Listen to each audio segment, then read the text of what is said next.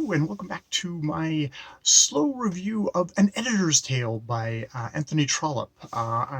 This is a collection of short stories of Anthony Trollope that are all centered around the editor. Anthony Trollope himself actually was the editor of a magazine for a short amount of time. Decided it just he wasn't suited for the job of editor, but he did produce this kind of collection of tales, which are all about this editor, which is sort of, you can see him as sort of the stand-in for, or just a creation. In this story, the editor receives a very kind of odd letter from this guy called Julius Mackenzie, which basically says, you're not gonna accept anything from me. I'm hopeless.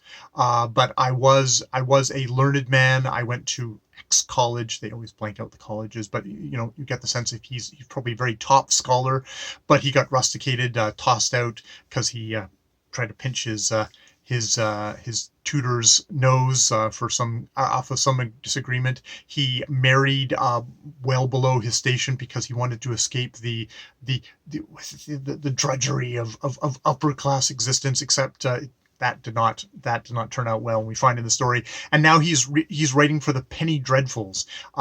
It's the rags, and he's pumping out what I can only assume are kind of the genre stories of the day. And he says, but I have this scholar's mind, and if you have any work for me. And it turns out the editor actually does, but he's kind of interested. He wants to kind of interview the guy, and he invites Mackenzie in, and he's this big tall guy, but kind of stooped over, and he looks really like hard living, and he's got a big red nose. It's like if he's not a drunkard now, he has been very much a drunkard in the past. And he's got this idea for this job where this reverend has been working on this kind of very erudite book on kind of Greek. I think it's Greek, and you basically it needs an index to it though, and the professional people that were doing it did a terrible job. It's not a book that he thinks is going to particularly set the world on fire. It's probably going to sink without a stone, seems to be the thing. But the Reverend is quite enthusiastic for it, and he's asked him can you find someone to actually do a proper index for the book? And this they might actually match. And he kind of, through a variety of kind of interviews, one of the people that Mackenzie gives for his kind of how good of a thing he is this inn/pub where he goes to, and they can give me a good character. And it's when your character references are people who sell you alcohol, exactly maybe how badly off it is. But for something about it, the editor says, I'm going to go and kind of follow this up. And he actually does go down, and he meets the kind of the proprietor, the landlord of the inn, and his wife, Mr. and Mrs. Grimes. And Mrs. Grimes, he quite notes, is she's exactly the opposite of what I expected that such a man's wife would be, which is young and pretty. And he's wouldn't be bad to be kind of hanging out here more often. He's obviously got the hots for Mrs. Grimes, and not that comes of anything, but he obviously just kind of wants to hang out with her. So he sets him to work. He does actually go interview the penny dreadful guy that was saying if he goes to work for you, he ain't gonna work for me anymore. And he kind of raises that with Mackenzie. Mackenzie's the guy is just kind of blowing off steam. He'll take whatever I give him.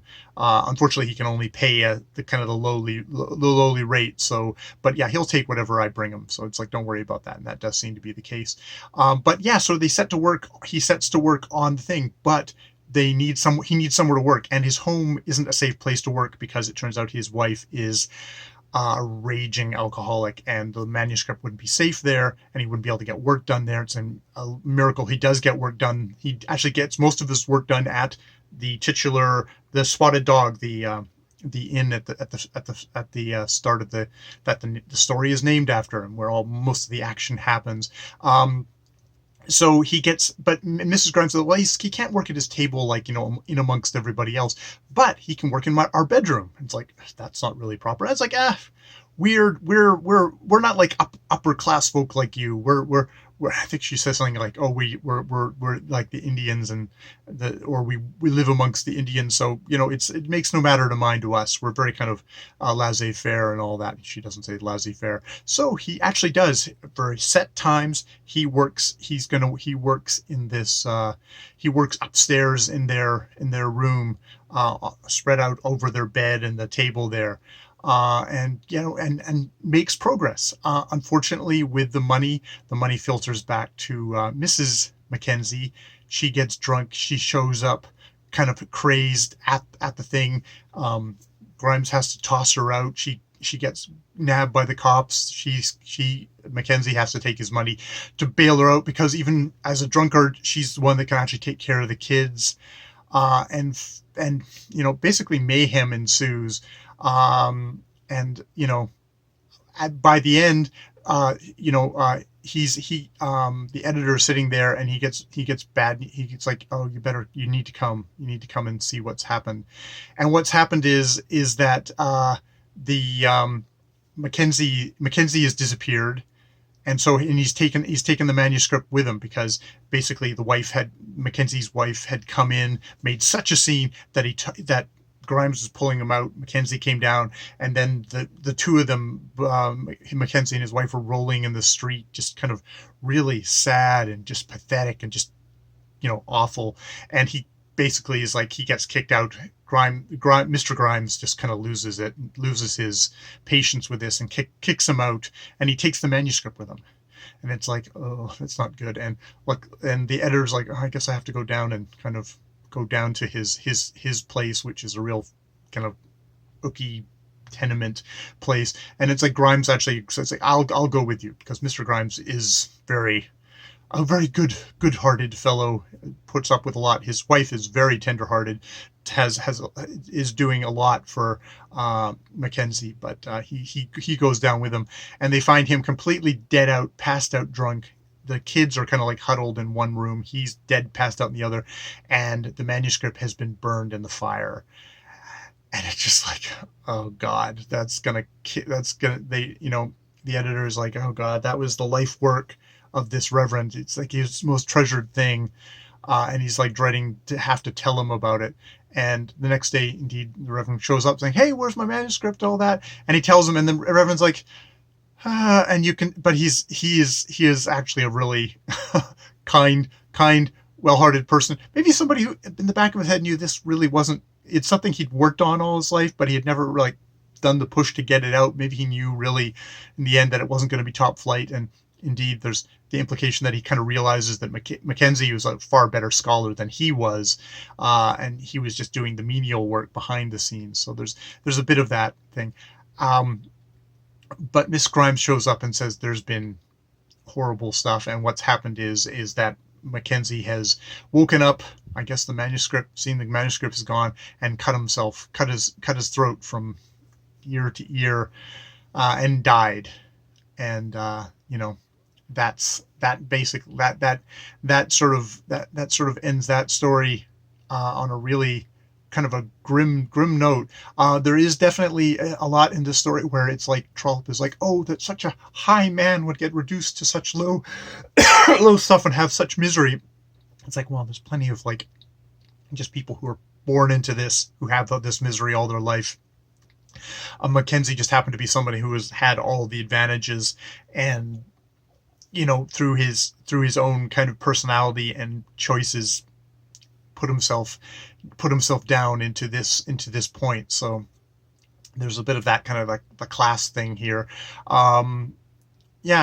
So it's another thing of just like, I think it's Trllp using being an editor, and like the people that he's encountering aren't the lords and ladies for the most part in these stories. They are more of the middle class, barely middle class, and then like really lower class. I mean, it's kind of funny in the story because he says like, "Oh, I didn't realize that penny dreadfuls existed."